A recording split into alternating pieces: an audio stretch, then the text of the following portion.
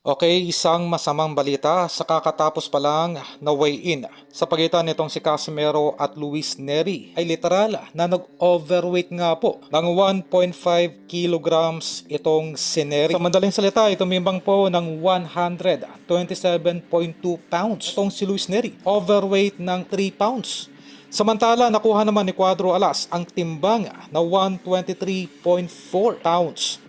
Hindi pa po malinaw kung anong sanction o parusa ang ipapataw ng Japan Boxing Commission dito kay Luis Neri. Nababalita na ito ay magmumulta. Misto lang hindi na po pinansin ng ating kababayang si Casimero ang sadyang pag-overweight nitong si Neri. Ito po ay delikado para sa kampo ng ating kababayan dahil misto lang sinadya nitong si Luis Neri na mag-overweight upang ito ay hindi mahirapan sa fight night. Pero pa man, ang lahat ng ito ay magkakaalaman bukas. Kasi ay isang non-title fight. 10-rounder lamang po siniseryoso ng kampo nitong si Luis Neri ang pagkuha ng naturang timbang ay wala po palang drug test na magaganap bago at pagkatapos ng laban. Dahil ginastify nitong kampo ni Luis Neri ng kanyang trainer na hindi dapat sumilalim sa random drug test itong si Neri dahil kakadating lamang nito sa Japan. Marahil isa ito sa mga strategy at sinadya ng kampo ni Luis Neri na malate